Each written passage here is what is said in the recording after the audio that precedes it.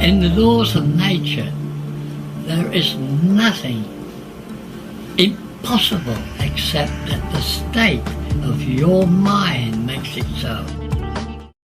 Cleaning up this planet is going to be a big job. If we're going to get the climate back to what we want, a lot of work got to be done. But one thing is certain, you need energy. That's important. Basically, the design is a conventional generator. Searl tapped into zero-point energy. The only person that I know of who has ever succeeded in making a Searl effect generator is John Searl. The electron flow is accelerated to an extremely high rate, and it creates a vacuum around the device. And in that vacuum, you develop numbing cold. And numbing cold, as we know today, is a function of superconductivity.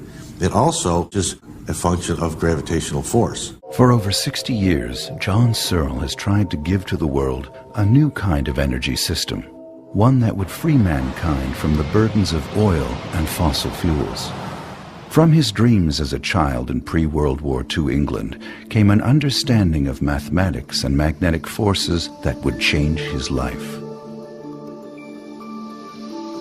From a childhood game of hopscotch came a new understanding of magic squares, a mathematical principle that is 5,000 years old. He could think laterally and not be bound by conventional rules taught through conventional methods that may have an adverse effect on the human mind. John Searl is known all over the world as the inventor of the Searl effect generator, a magnetic device consisting of one or more rings, also called plates, and a number of cylindrical rollers that, when in motion, generate electricity. The generator is a magnetic device that is totally magnetic. It is its own prime mover. It will self-start and continue to run, and as far as we know, we could say never stop. The Searl effect is an effect based on magnetic fields that generate the continual motion of magnetized rollers around magnetized rings, producing electric energy. The generator runs in harmony with nature. The law of the squares is harmony with nature. But the Searl effect is a great deal more than a simple generator. In our polluted and energy-starved world, it is the hope of all mankind that we find the solutions that lead us to both prosperity and harmony with nature. Is it possible to maintain mankind's industrial output and at the same time reduce the pollutants that are slowly killing planet Earth? Is there a way to increase the productivity of the human species as we rid ourselves of the poisons and recover the waters of this world? If we're going to get the climate back to what we want, a lot of work got to be done. One thing is certain, you need energy. That's important, and it must be cheap as possible. Preferable, no pollution. No noise, no heat, no vibration, no pollution. The Searl effect generator. The perfect machine? As you build this, when you find out that it runs without friction, it runs without a governor, will accept any load and meet it. It will dive down in temperature at one point if you build it correctly and actually levitate and actually lift off the Earth, developing its own gravitational field. When you see all these things and you realize that this is a perfect machine. It is an entity. It's the closest thing to a living thing that man can make. Does John Searl have the answer? Is John Searl's invention the point of impact between the question, what if there is a machine that could save mankind, and the answer, the Searl effect generator? People say, well, you can't do this. You're going to upset the entire world economy. The whole economy is based on oil, and it works, they're saying. Well, it works very well for the people who are running the economy, but not necessarily for everyone else. I still maintain that it will not ruin the economy. It will be a very strong paradigm shift, much the same as the shift from horse and buggy to automobile. Surely this point of impact would produce energy of its own, human energy, emotional energy, joy, relief, hope, wonder, or perhaps the darker side of human emotions, greed, hate, and jealousy. All these years I've learnt one thing: you can't trust anyone with this technology. They've got to steal it. And any worker seen this and find out how it works could sell it to another company for millions. Because this, too, is the Searl effect. Put simply, quantum mechanics is the study of the relationship between energy and matter. In particular, the relationship between electrons and photons, the area in which the actual Searl effect takes place. It's photons. That's the role of grounding their energy to the coil. It is simply throwing photons out. That is what you see trapped in the magnetic field around it. Albert Einstein's contribution E equals mc squared made way for huge strides in science. Very soon, abstract mathematical proofs would replace ether theory as the best explanation of all things and their relativity. Others, like Nikola Tesla, would cling to the idea that energy was all around us and that we could access this energy and transport it through the atmosphere without the need for meters or utility companies. While the greatest minds of the 20th century uncovered theories about how the universe works, far beneath this lofty exchange, John Searl was dreaming. I had dreams, and those dreams are the key to all the work which I do. In fact, they're the key to all my knowledge. The Searl effect is developed from the law of the squares, and it is from these squares that John Searl developed his generator and flying discs. But he didn't stop there. Over the course of his lifetime, John Searl's understanding of the squares would be used by him to explain all aspects of life in the universe, from DNA to relativity, from single-celled life to the human being. From transportation to construction of buildings, the squares could be used to understand everything. When I took up my training as an apprentice electrical engineer, about the third day I was presented a docket to take to the stores, and I saw this tube with a small tube buff. I asked the foreman what that meant. He said, "That's 2 square." So I said, "Well, what is 2 squares?" So he draws 2 by 2, show me 4 squares. 4. You can take a square, if you run the numbers in normal, 1, 2, 3, 4, 5, 6, that is uniform in. But when you total them up, each row, each column, each diagonal, you'll find they add up different. Putting numbers in random, we come up with a uniform output. Every line, every column, the 2 diagonals come out precisely the same. Random numbers in squares will produce a uniform total. John Searl would soon call this the law of the squares, nature's way of achieving order from chaos. This led to Searl's revelation.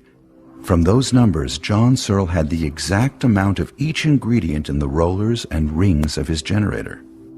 Now, every 1 square represents a quantity of a material.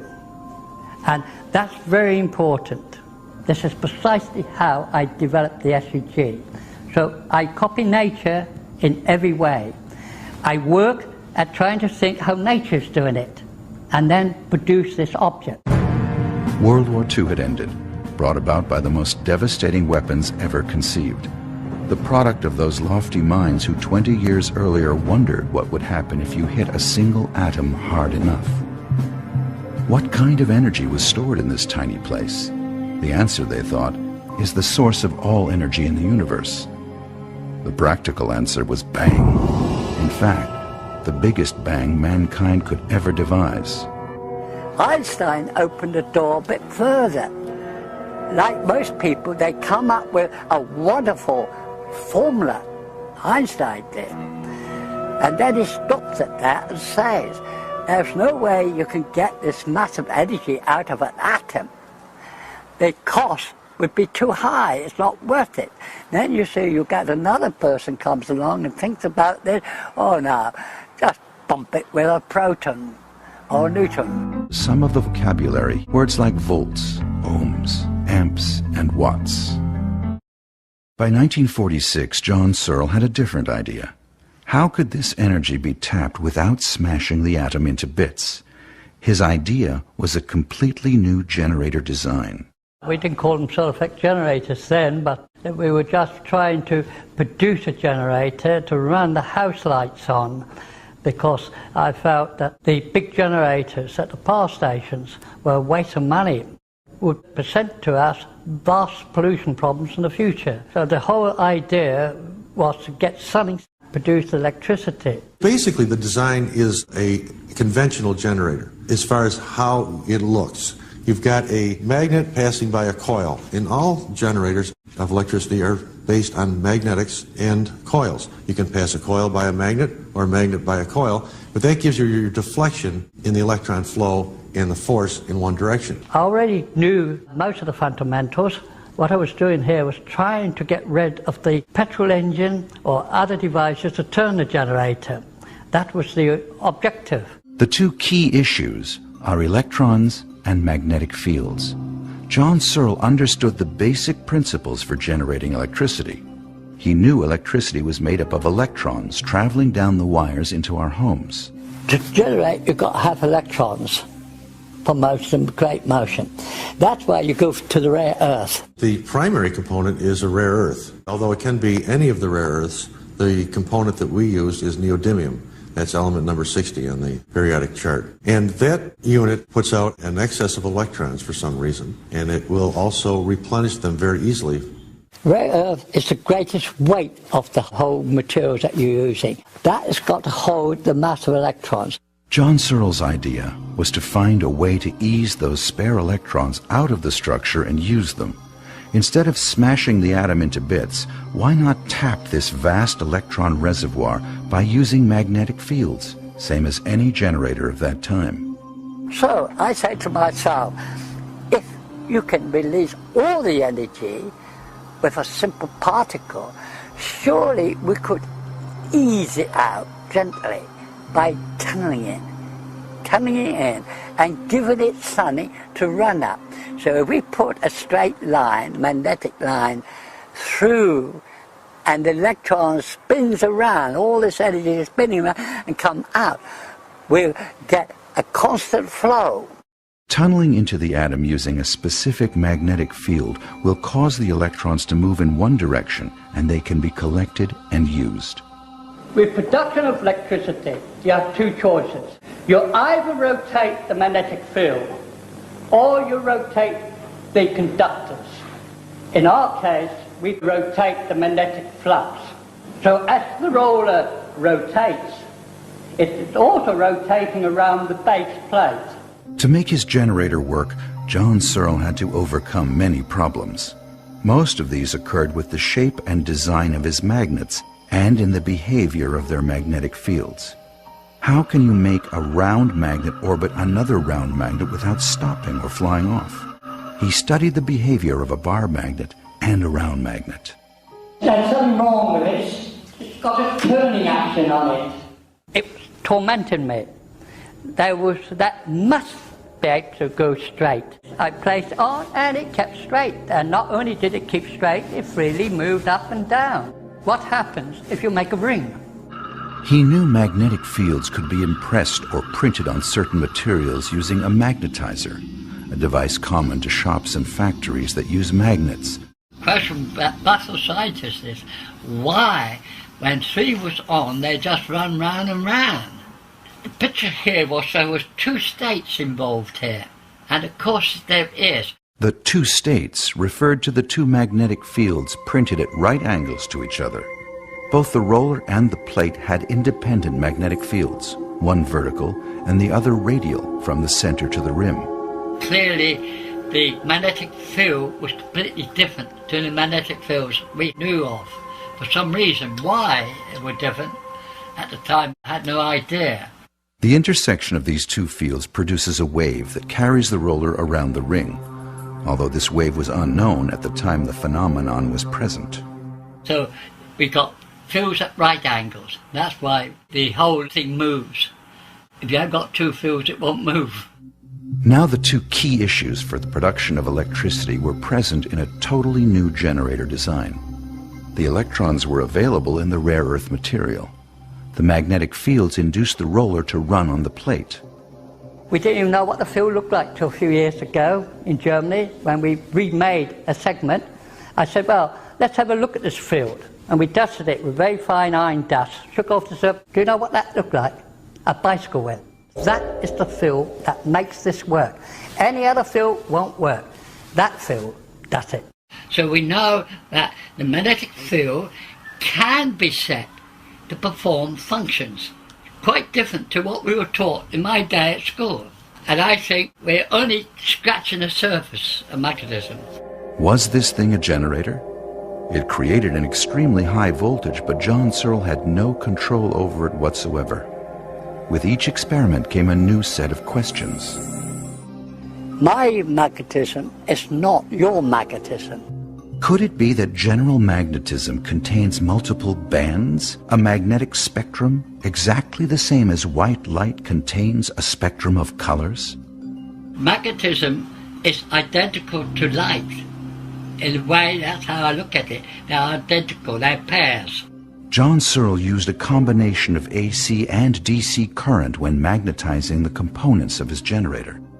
If we isolate the particular band we want and then print that, we have something different, we have a wave. This is the Searl effect, the intersection of two magnetic fields creating a magnetic wave that can be measured and amplified. John Searl designed a generator using magnetic fields to induce a flow of electrons from a rare earth element through a system of rotating magnetized components so that those electrons would be collected, compressed, used, and recycled. Magnetic forces and electrons in motion, the two key issues necessary for the production of electricity. Is a condition where you can get a wave in a magnetic sense, like a wave, a sine wave, and they act as a river. Now they're stationary until reaction effects takes place, and to do that you have to sit a cylinder on it, magnetized, and then that wave goes into motion. Now the roller placed on that field, it floats. We know it cannot touch that, it's too dense with energy, so it will float. So we got something floating there, then if this wave is moved due to reaction between this plate, this roller and this plate, then that wave is going to carry that regardless. So the roller maintains still its constant height. Though it's now running many times faster, it does not fly off. The magnetic field is holding the roller tightly to the plate. At the same time, the electrons moving through the layered elements are collected and compressed on the surface of the plate, lifting the roller and creating space between the roller and the plate. So the roller flies round and doesn't roll round. As it moves, the fields be rewritten all the time. So the field never diminishes. It cannot diminish, because a magnetic field is in constant running order. The energy, or electrons, moving through the system recycle.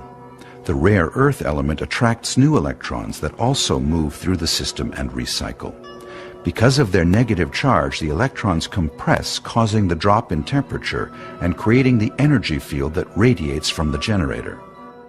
In 1956, I was soldering. I had to produce another unit, and this time we wasn't powering it up. I wanted to try to meter up things to see what the oscilloscope was showing me.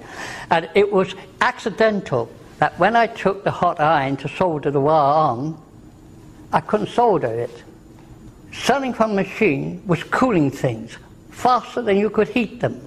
That was accounting for some of the behavior of those early models.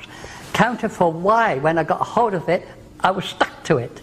John Searl created a generator design that became a superconductor, producing extreme cold and incredibly high voltage that caused it to lift off the ground. But could he control this flying disc generator? One thing I didn't know was that gravity can be inversed. No scientists ever had come up with that idea. That clearly the magnetic field was completely different to the magnetic fields we knew of. The heavy rollers spinning as they rotate around the plates acted like a flywheel and caused a gyroscopic effect. The extremely high voltage created a dense field surrounding the generator, a device built with individually magnetized components.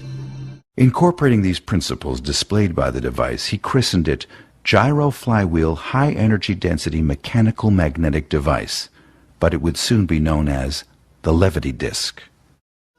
You've got to put a load, resistance load, on the generator to speed it up. And once it starts, you get to about, on average, about 1 million volts. It begins to really build up a charge. Then this superconductivity switches in and the earth pushes it up. But it's also affecting the atmosphere above it. It is making it pull to the rim and rotate with a field. So you've got like a hurricane effort. It's sucking it up. There's a magnetic field, there's a gap, a vacuum between that and the rim, and it's the photons which is discharged, trapped by the magnetic field, which gives it the glow. Basically, the Searl effect was meant to turn the ether, which is all around us, which contains energy, and tap into this energy, which has euphemistically now been known as zero-point energy. And various other people who followed Searl's footsteps have also potted around, and they've tapped into it by mistake. I can understand why people would have difficulty in understanding it, because it does take a great deal of effort to make sense of it technically. Fernando Morris, an electrical engineer and computer specialist, is responsible for the most credible attempt to rebuild the Searl effect generator. We have something here that needs to be investigated, and really that's my role. I am a technical investigator of the SEG.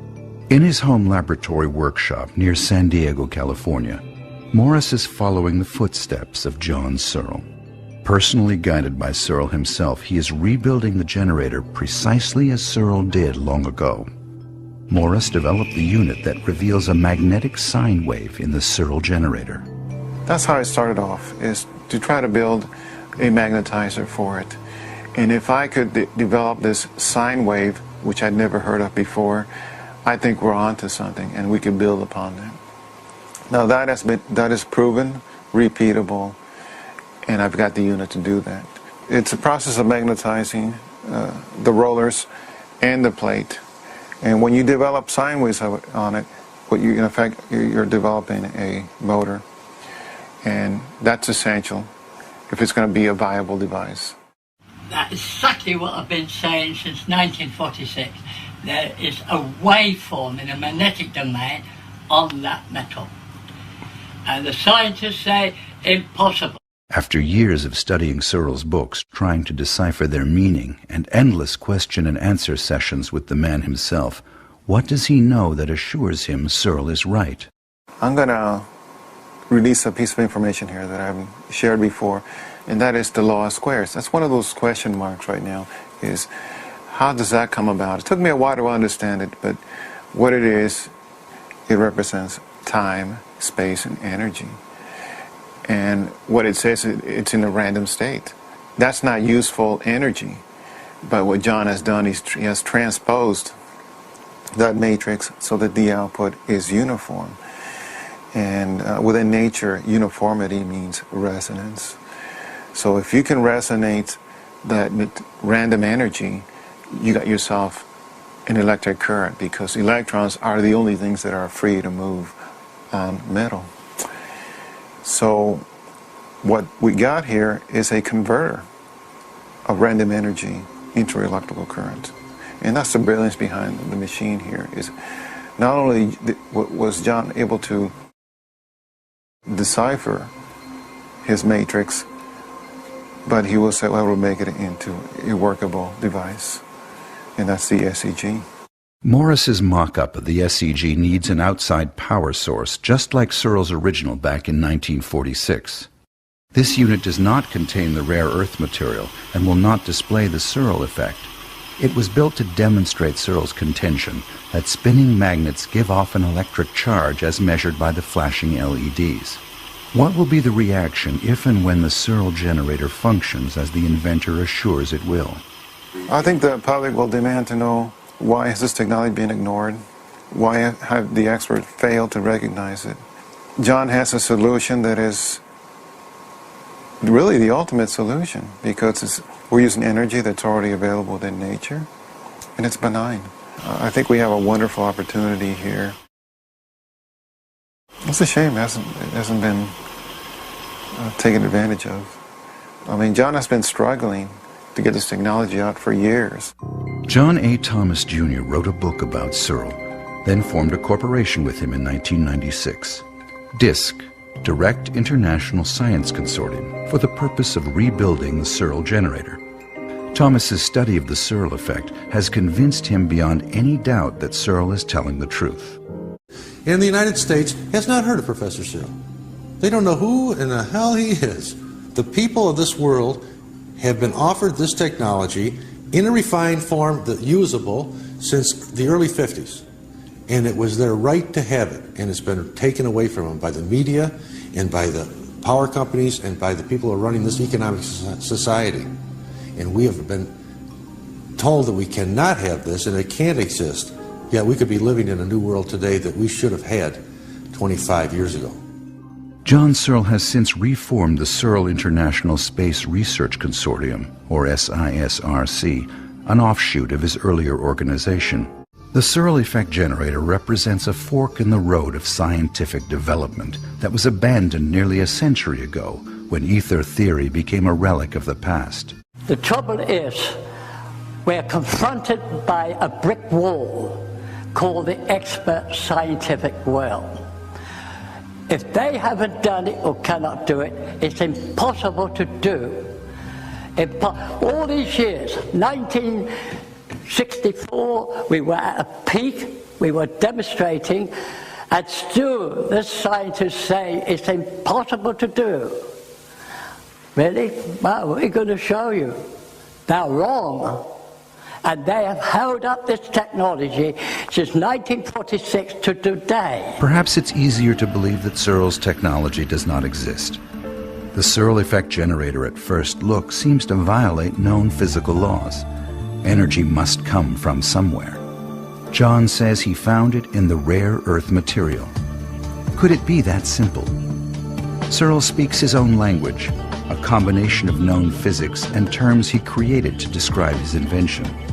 Numbers in squares told Searl that nature has a way of creating order out of chaos. Does the Searl effect generator convert random energy into usable electricity? When his generator is overloaded, it affects gravity and flies. John says he gave it a body and let it fly. What is the truth? German philosopher Arthur Schopenhauer was once quoted as saying, "All truth passes through 3 stages. First, it is ridiculed. Second, it is violently opposed.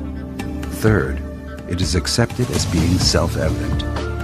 Could it be that John Searl's technology is passing through Schopenhauer's 3 phases of truth? The movement toward alternative energy sources is worldwide and essential. The promise of a working Searl effect generator represents a paradigm shift and a renewed hope for all life on Earth.